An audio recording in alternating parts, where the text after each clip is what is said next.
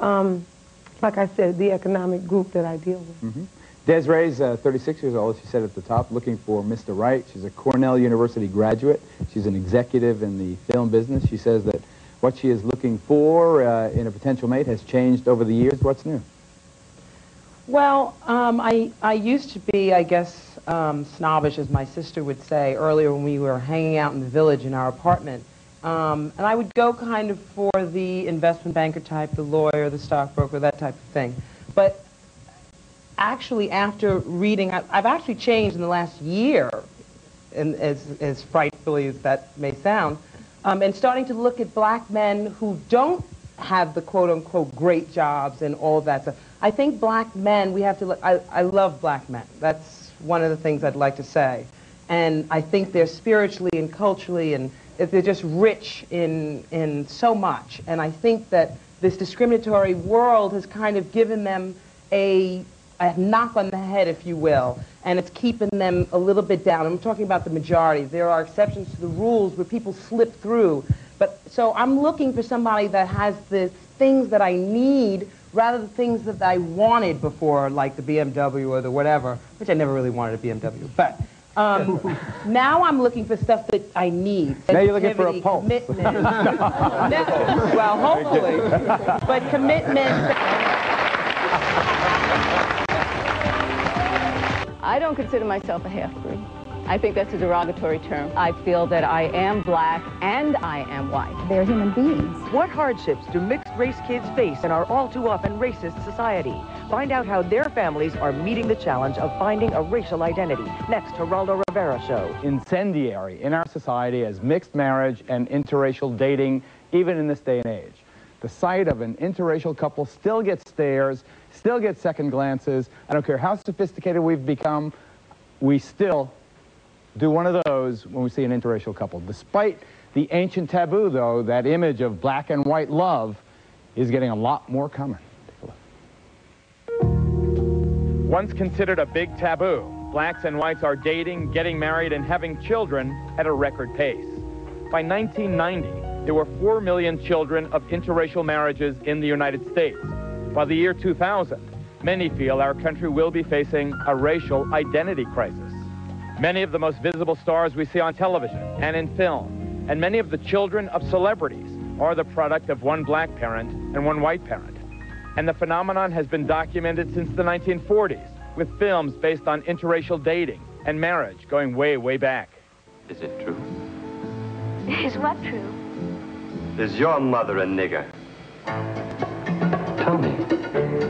Tell me! What difference does it make? You love me. All the kids talking behind my back. Is it true? No. Are you black? No, I'm as white as you. You're lying. No, I'm not. No, wait. Darling, I love you. Tom, we can't. Wait. I couldn't help myself even if I wanted to. It's an important thing. The rest of it we can work out between ourselves. It'll be our secret. Nobody else will ever know. Excuse me. Do you have a problem? Yes, I do have a problem, to be honest with you. You fake, tired brothers like you coming in here, that's so typical. I can't even believe you brought her stringy hair up here to eat. Oh, let me tell you something. First of all, Miss Al Sharpton, you don't have, it's not your business who I bring in here. Somewhere else, okay? It's not your business. You are a waitress. Your job is to wait. Today's specials are the Maryland crab cakes, Creole shrimp gumbo, and blackened catfish. I suggest you have the blackened catfish. Well, I suggest you find the manager. Oh, you want my manager? I want your manager. Oh, it's like that, right? That's the other money. I want the manager. Fine. You get my, I'll get my manager for you. You're fired! You're fired. She's white.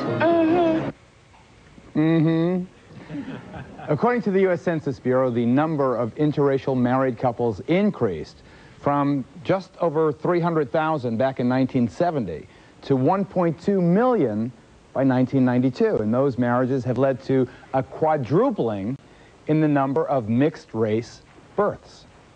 Many young biracial people coming of age have more social options than they did in the past, but many others still feel the pressure to make a choice. And for some, they feel pushed into feeling more black than white.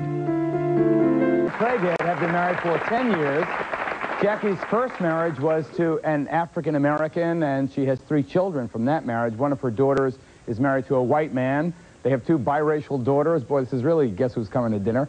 Jackie says she doesn't want to put her grandkids in a special category because it will make them a target. A target. That serious?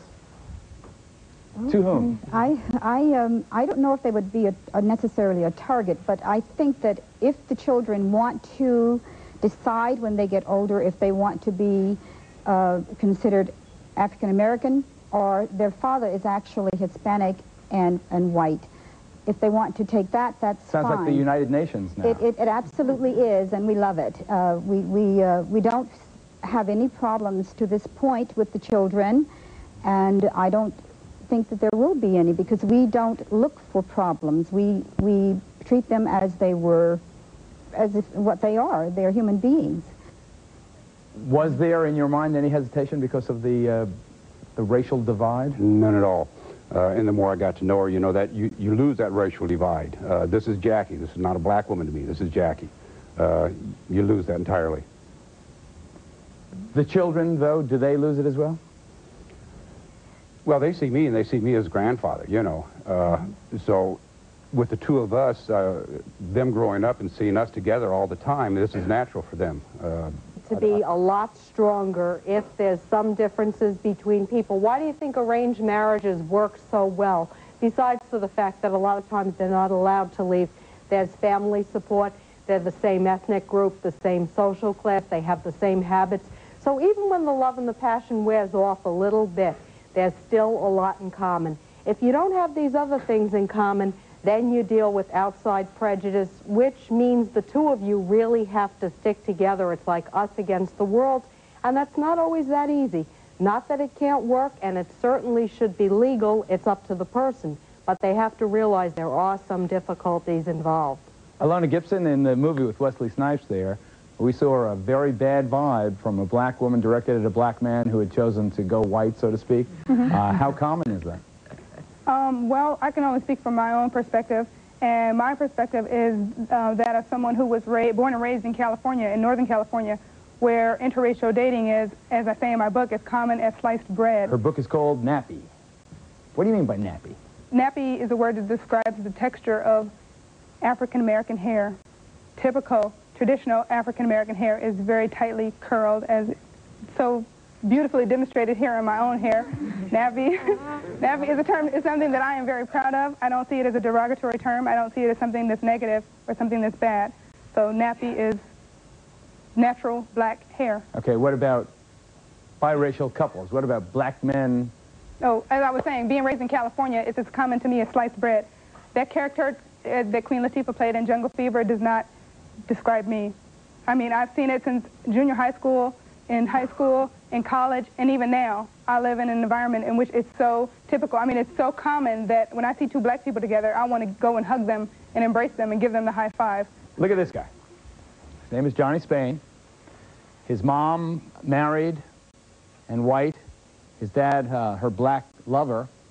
Johnny was raised with Mom until, as he got older, he started getting darker.